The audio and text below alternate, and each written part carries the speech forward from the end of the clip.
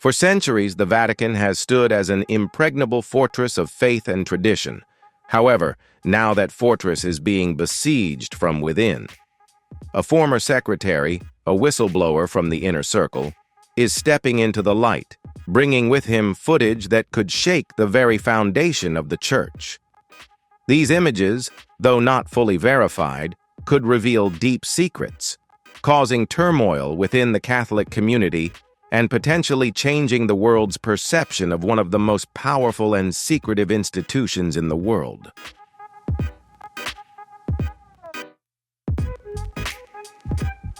What do you think about the revelations from this former secretary? Could these images change our entire perception of the Vatican? If you think this will be a game changer, leave a 1. If not, comment a 0. Enjoy the video and don't forget to hit that subscribe button to support the channel. Share your thoughts on the secrets of the Vatican in the comments below.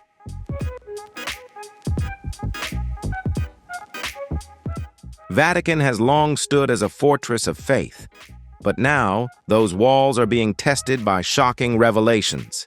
An insider whistleblower, armed with videos that could shatter the very foundation of the church, is preparing to step into the light. The question is, can the Vatican continue to ignore this truth?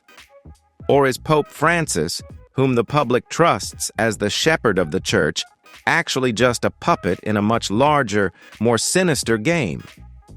The answers lie deep within these shocking videos and promise to reveal a reality far beyond what we could ever imagine.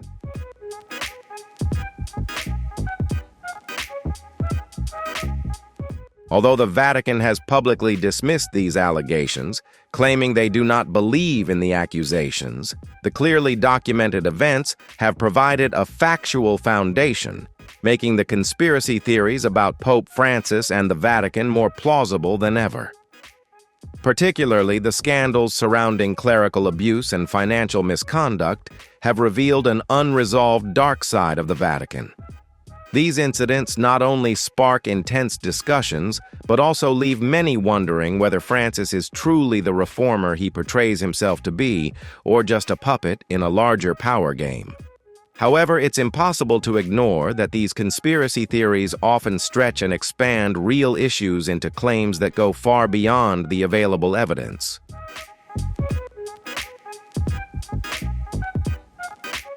One of the prominent theories suggests that Pope Francis has tried to expose the systematic sexual abuse within the church, but has faced resistance from conservative factions or underground forces within the Vatican, leading to difficulties in the reform process. Supporters of this view point out that Francis publicly apologized for the abuse scandals, established committees to address the issue, organized a Vatican summit on child protection in 2019, and implemented measures like Vos Estis Lux Mundi to hold bishops accountable. However, many critics argue that these actions have been insufficient and symbolic, failing to address the problem at its core.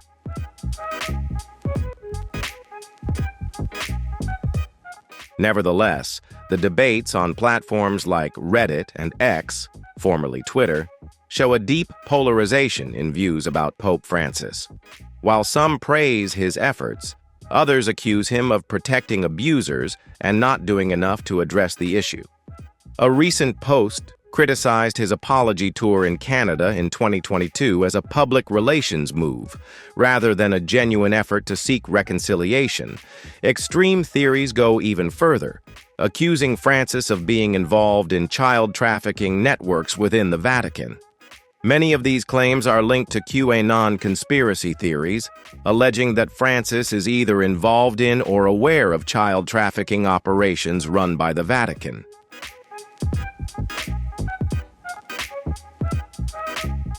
Posts on X and Reddit even refer to leaked documents, claiming that Francis covered up a child trafficking network, although these pieces of evidence lack solid grounding and are often filled with confusion. All of this highlights a reality. While there is specific evidence of misconduct within the church, conspiracy theories often extend and complicate the issue in ways that are difficult to control. These claims, although extreme and unsupported, continue to stir controversy and polarize public opinion regarding Pope Francis's role and responsibility in the Church's crisis. It's important to note that these accusations of human trafficking lack any credible evidence.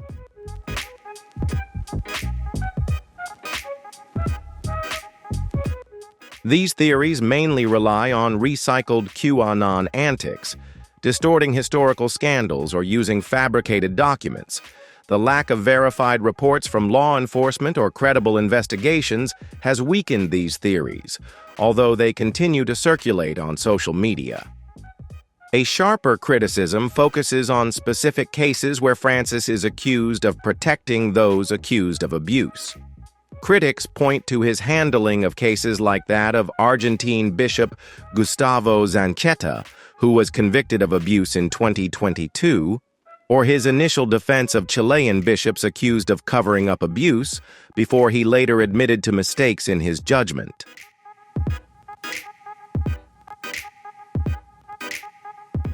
These cases raise legitimate questions about Francis's approach to certain abuse allegations, but they do not prove the extreme claims of his involvement in human trafficking or the systematic protection of abusers. Additionally, there are conspiracy theories surrounding the financial scandals and corruption within the Vatican. Some theories suggest that Francis has exposed or tried to reform financial corruption, particularly regarding the Vatican Bank.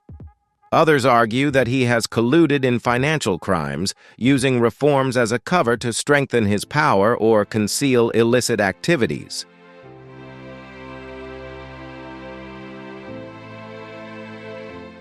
No one can deny that Francis has initiated significant financial reforms during his papacy.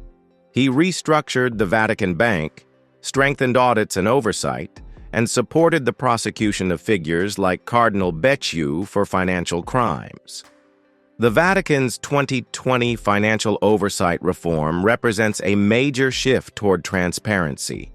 On Reddit, discussions about Francis's financial reforms are clearly polarized. A 2024 post on the subreddit r/Catholicism praised Francis's efforts to address corruption, while others argued that these reforms were merely symbolic and not deep enough.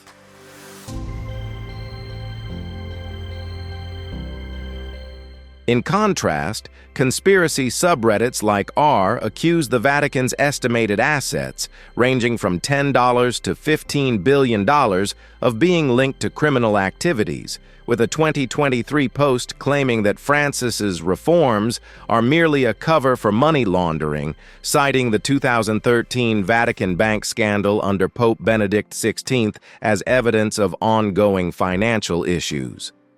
On X, posts related to Vatican finances tend to take a more conspiratorial tone, such as a September 2024 post by Ascan Sparta Justice, which claims that Francis is collaborating with Klaus Schwab and the World Economic Forum, linking his financial reforms to a globalist agenda without providing specific evidence.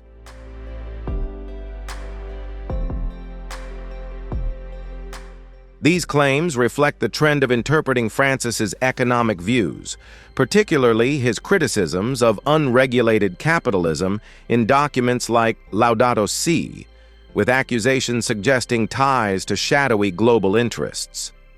Discussions on Quora regarding Vatican finances tend to be more measured but still skeptical. One 2024 thread asked, "Is the Vatican Bank still corrupt?" with mixed responses ranging from users praising Francis's audits and prosecutions as evidence of progress to others asserting that the wealth of the Vatican suggests ongoing misconduct.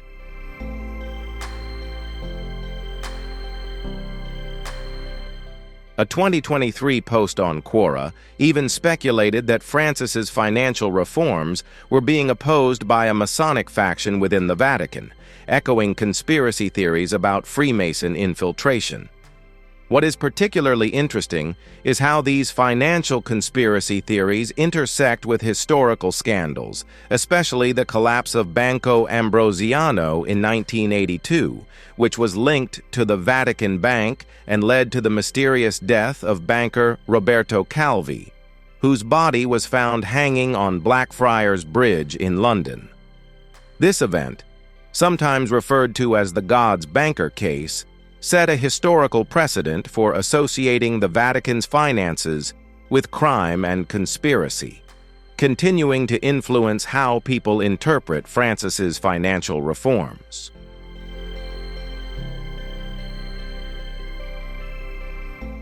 The third major category of conspiracy theories surrounding Francis and crime involves accusations of secrets or cover-ups within the Church. Some theories speculate that Francis would reveal major secrets before his death, while others suggest he was silenced because he knew too much. After Francis's reported death in April 2025, conspiracy theories emerged, claiming he had actually died much earlier and that a covert Vatican state had covered it up to maintain control. These theories are often linked to broader claims of criminal activity within the Church, suggesting that Francis was silenced for exposing those crimes.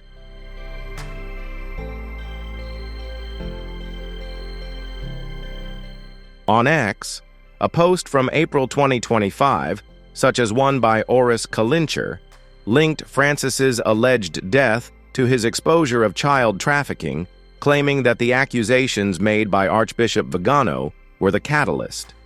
These claims lack evidence and contradict the official statements from the Vatican regarding the cause of Francis's death.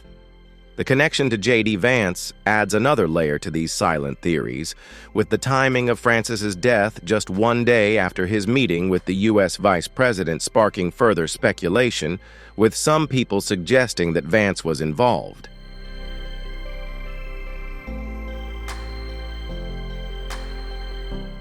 While most of these posts are satirical memes, some seriously imply that Francis may have been killed to prevent him from revealing information shared with Vance during their meeting.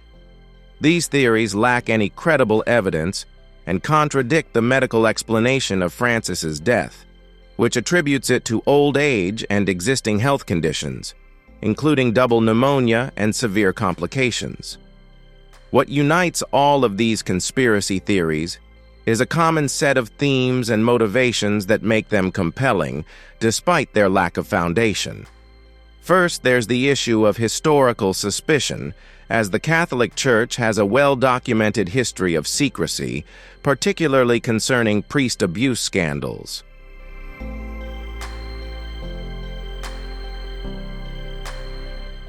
The 2002 Boston Globe investigation, which revealed systemic cover-ups of abuse, later proven to have a global scope, created a kernel of truth that makes even extreme conspiracy claims seem more plausible to many. Second, there is the persistent influence of anti-Jesuit sentiment. The Jesuit background of Francis often becomes a focal point in conspiracy narratives, with theories suggesting that the Jesuits operate as a shadow government within the Church. These claims date back to the 16th century and have been amplified in modern conspiracy theories, despite lacking contemporary evidence.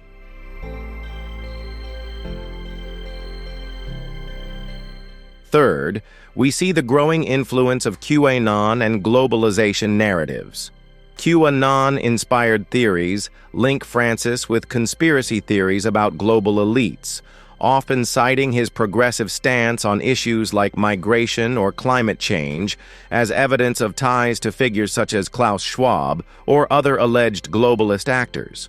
These theories transform theological and policy disagreements into dark conspiracies without providing concrete evidence of criminal activity. Fourth, there is the overwhelming influence of Archbishop Vigano.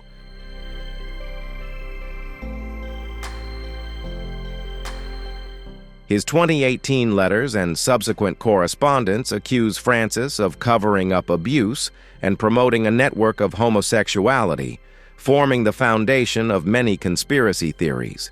Despite being excommunicated in 2024 and lacking substantial evidence to support his claims, Vigano still holds influence among traditionalists and conspiracy theorists.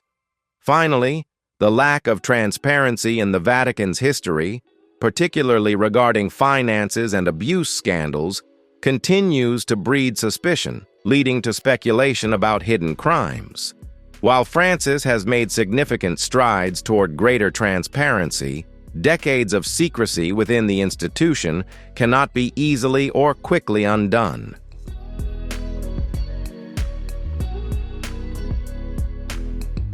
When we critically assess the evidence for these conspiracy theories, most of them crumble under close scrutiny. The claims about child trafficking or ritual abuse lack substance beyond rumors and social media posts. The accusations of Francis's direct involvement in financial crimes are contradicted by his documented reform efforts. The theories surrounding his death, linked to the disclosure of Vatican secrets, are based more on speculation than evidence. However, there are legitimate criticisms regarding how Francis handled some abuse cases, such as the Zanchetta case, and questions about the effectiveness of his financial reforms.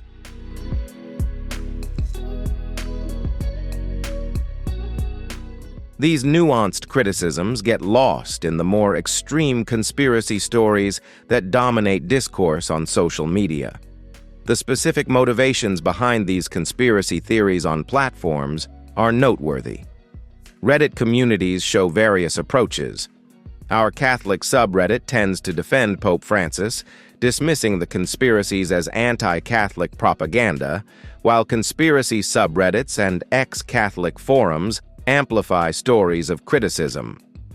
X, formerly Twitter, hosts the most extreme claims, ranging from mild criticism to QAnon-style accusations, with misinformation spreading rapidly through shares and algorithmically boosted content.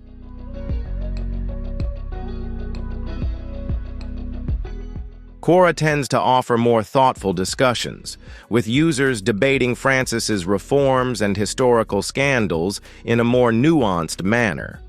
While skepticism about Vatican secrecy remains there, the question of what the true secrets of the Vatican are continues to be raised. Was there a shocking discovery that changed everything for Pope Francis, or rather, has his gradual confrontation with corruption, abuse, and opposition led to the most dramatic actions of his papacy? To understand Francis's battle against what one archbishop called the smoke of Satan within the Church, we need to revisit what some high-ranking clergy have revealed about the inner workings of the Vatican.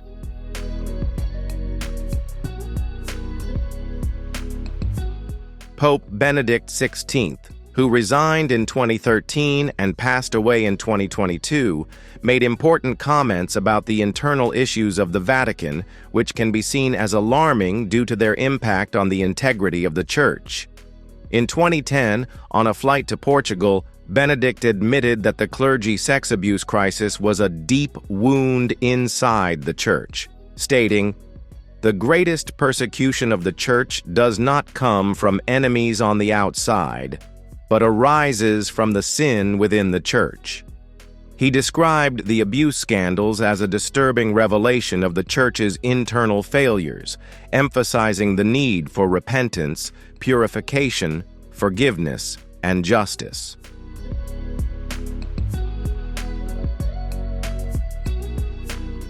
His comments were made in the context of global revelations about priest abuse and the Church's efforts to cover it up. Benedict's acknowledgement framed the crisis as a dark discovery within the ranks of the Vatican, a revelation that would ultimately be passed on to his successor, Pope Francis.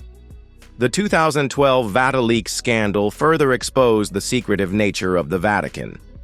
In this scandal, leaked documents, including letters from Archbishop Carlo Maria Vigano, revealed corruption in Vatican contracts and efforts to block financial transparency.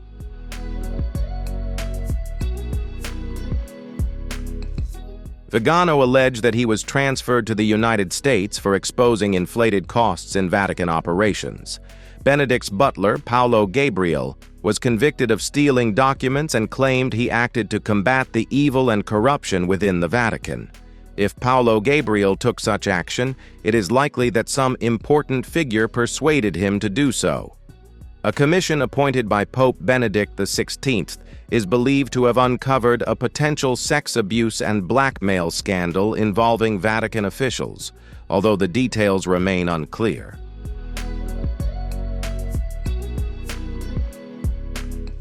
Pope Francis later confirmed the presence of corruption and a gay lobbying group within the Vatican in 2013, hinting at the deep-rooted issues that had existed long before his papacy but would require his attention. When Francis succeeded Benedict in 2013, he not only inherited the papacy but also took on all of these ongoing problems. Shortly after, Pope Francis began his own confrontation with what he called clericalism, a tendency among clergy to prioritize their authority, status, or institutional power over the needs of the faithful.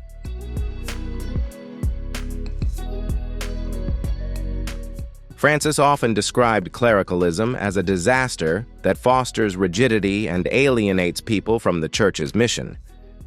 In his annual Christmas address to Vatican leaders, he made blunt criticisms of clericalism, describing it as a barrier to a church that should be vulnerable, wounded, and close to people. In a 2014 speech, he listed 15 diseases of the healer, including spiritual Alzheimer's and the terrorism of gossip, criticizing the trend toward rigid rules and bureaucracy instead of humble service.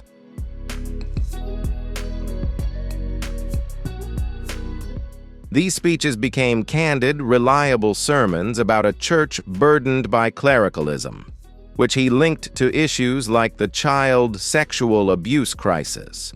In his 2023 Christmas address, he warned that clericalism sullies and corrupts the face of the Bride of Christ, urging Vatican officials to reject self-referential power and embrace humility.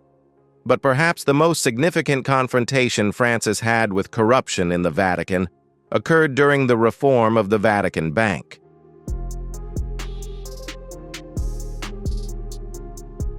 He restructured the Institute for Religious Works, the Vatican Bank, an institution long criticized for money laundering and shady transactions. His efforts included firing corrupt officials and increasing transparency, thereby exposing entrenched financial misconduct. The 2020 Becciu scandal was the most visible result of these efforts. Cardinal Angelo Becciu was implicated in a financial scandal involving a $200 million real estate deal in London. Francis stripped Becciu of his cardinal title, signaling a crackdown on corruption.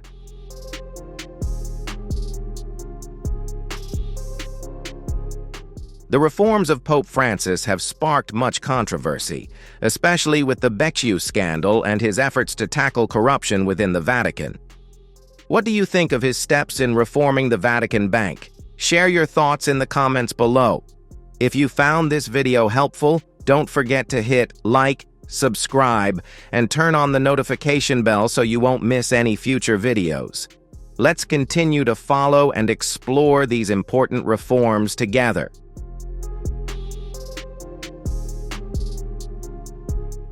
The case revealed systemic issues within the Vatican's finances, which could be seen as a terrifying revelation of greed and poor management at the highest levels.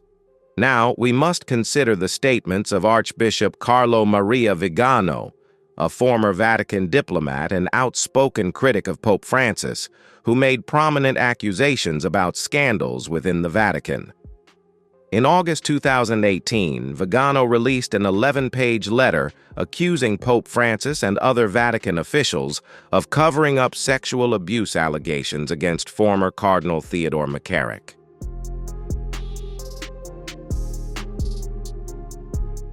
Vigano claimed that he informed Pope Francis in 2013 about McCarrick's misconduct, accusing a conspiracy among Vatican leaders to protect him. He described a corrupt network within the Vatican, including a homosexual clergy, which he called an ethical decay threatening the Church's integrity. His letter used apocalyptic language, urging Catholics to fight against the dark forces lurking within the Vatican. However, a Vatican report in 2020 dismissed many of Vigano's claims, clarifying that Pope Francis acted decisively when credible evidence against McCarrick came to light.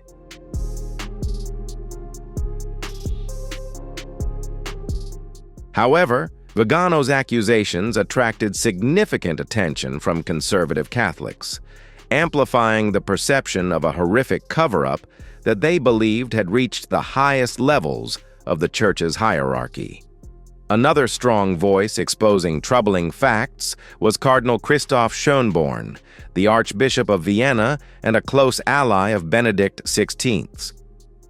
In a private meeting with journalists in 2010, Schönborn criticized Cardinal Angelo Sodano, who was then the dean of the College of Cardinals, for blocking an investigation in the 1990s into sexual abuse allegations against his predecessor, Cardinal Hans Hermann Groher.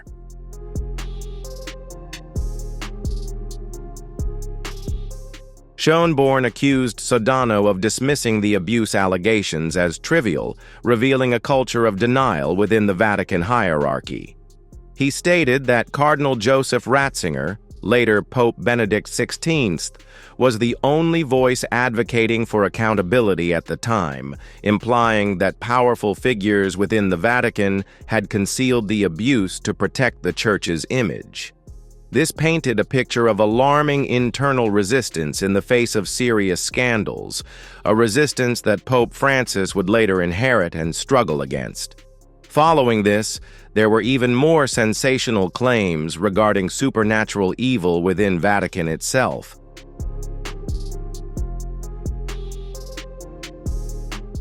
Father Gabriel Amorth, the Vatican's chief exorcist from 1986 until his death in 2016, made shocking statements about the spiritual battle within the walls of the Vatican. The devil tempts everyone. He tempts people in all environments. In particular, he tempts those in power in politics, economics, and sports. And of course, he especially tempts religious leaders. Therefore, he said, "Do not be surprised if the devil tempts those in the Vatican. That's his job." Amorth claimed that Satan was active in the Vatican, accusing some clergy members, including cardinals, of being influenced by demonic forces.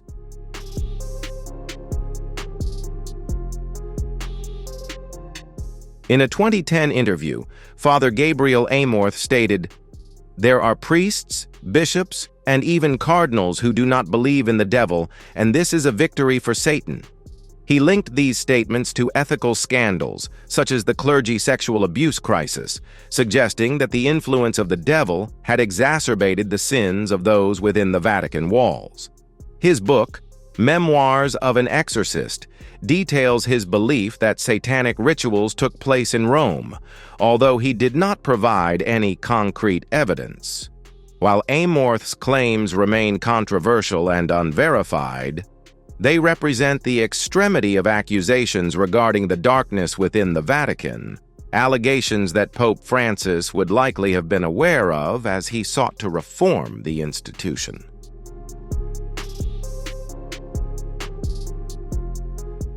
We also need to consider the historical shadows Pope Francis sought to address. Archbishop Sergio Pagano, the director of the Vatican Apostolic Archives since 1997, revealed troubling historical findings in his book, Secret Stratum, published in 2024, shedding light on past failures of the Vatican. Pagano criticized Pope Pius XV's reluctance to publicly condemn the atrocities of the Nazi regime during and after World War II, noting that Pius feared retaliation but remained silent after the war. This revelation was drawn from newly opened archives in 2020, highlighting a dark moral decay during the Holocaust era.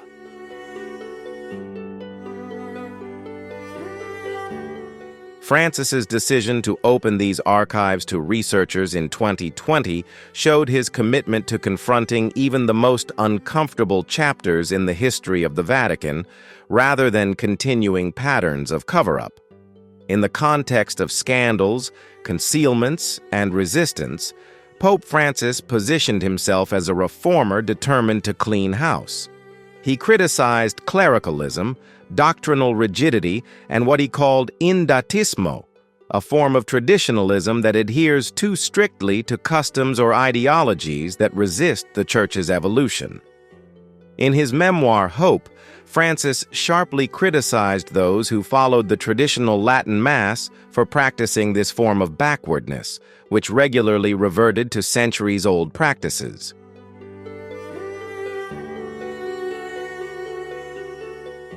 He described their rigidity as a daily form of heresy, suggesting that some who adhered to the traditional Latin Mass might be spiritually imbalanced, emotionally distorted, or behaviorally challenged. He defended his 2021 restrictions on the traditional Latin Mass, arguing that the liturgy had become an ideology and that strict adherence to pre-Vatican II forms risked dividing the Church. Pope Francis's reforms, his confrontation with corruption, and his efforts to address the historical mistakes of the Church illustrate that, rather than uncovering a singular shocking discovery, he has been engaged in an ongoing battle against what he perceives as destructive forces within the Church forces that have been allowed to persist through generations.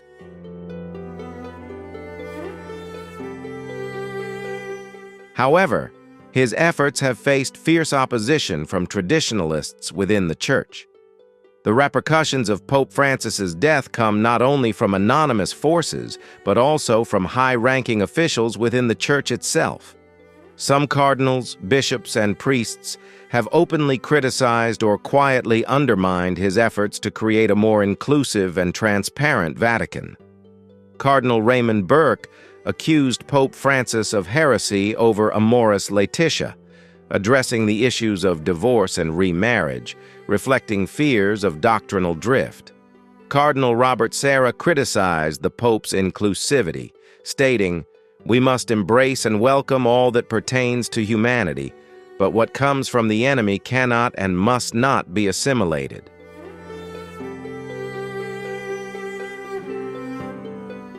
You cannot reconcile Christ with bitter poison.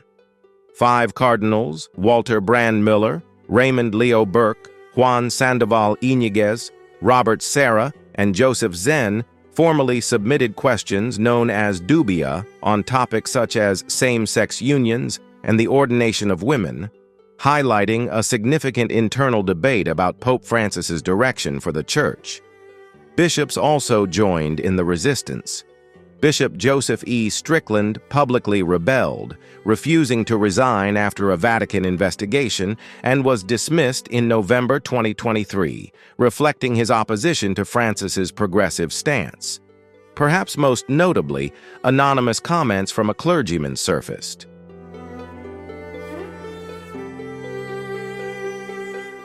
An anonymous English priest revealed the deep hostility towards Pope Francis, stating, "We can't wait for him to die.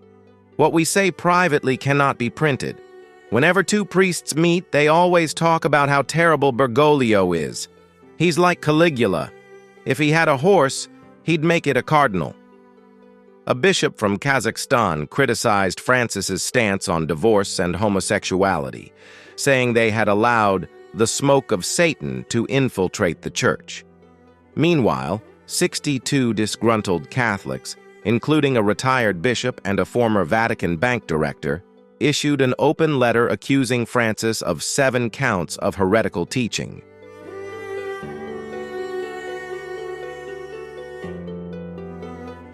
As Pope Francis struggles with internal resistance, a parallel world of conspiracy theories has emerged online, often framing his papacy as part of a larger, more sinister agenda. These theories, despite lacking credible evidence, have gained attention through social media and fringe websites. Vigano, once a respected Vatican diplomat, has embraced broader conspiracy theories following his initial allegations about McCarrick. He accuses the Vatican of being linked to global agendas and undermining Catholic doctrine.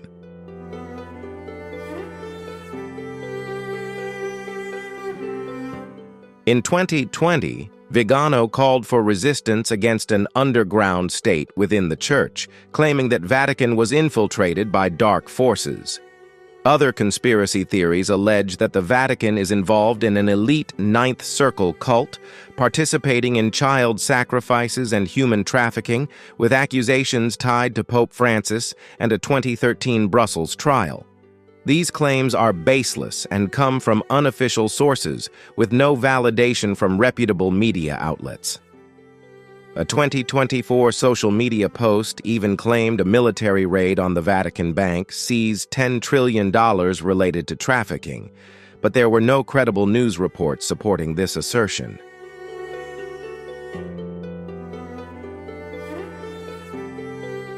Similarly, conspiracy theories have claimed that the Vatican Apostolic Archives hide evidence of extraterrestrial life, descendants of Jesus Christ, or the Illuminati.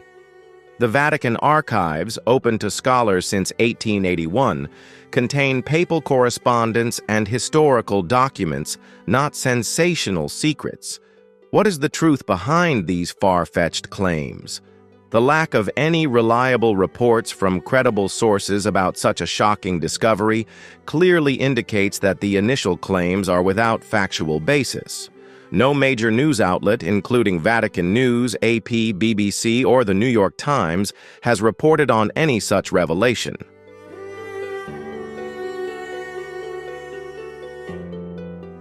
The timing and context of Pope Francis's papacy and his death also contradict the story of a last-minute revelation.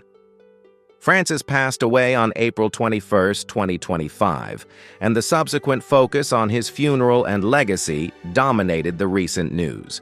These theories, despite lacking credible evidence, have gained attention through social media and fringe websites. Vigano, once a respected Vatican diplomat, embraced broader conspiracy theories following his initial accusations regarding McCarrick. He accused the Vatican of being linked to global agendas and undermining Catholic doctrine.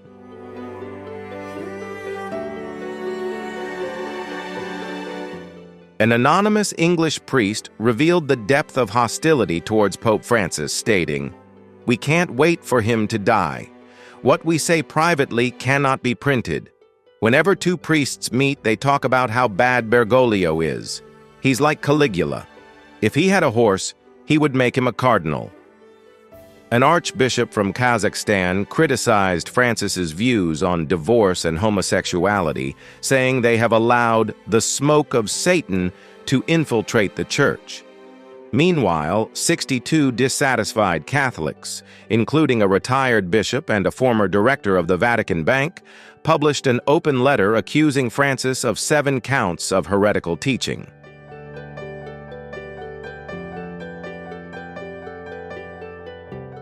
As Pope Francis struggles with this internal resistance, a parallel world of conspiracy theories has emerged online, often framing his papacy as part of larger, sinister agendas.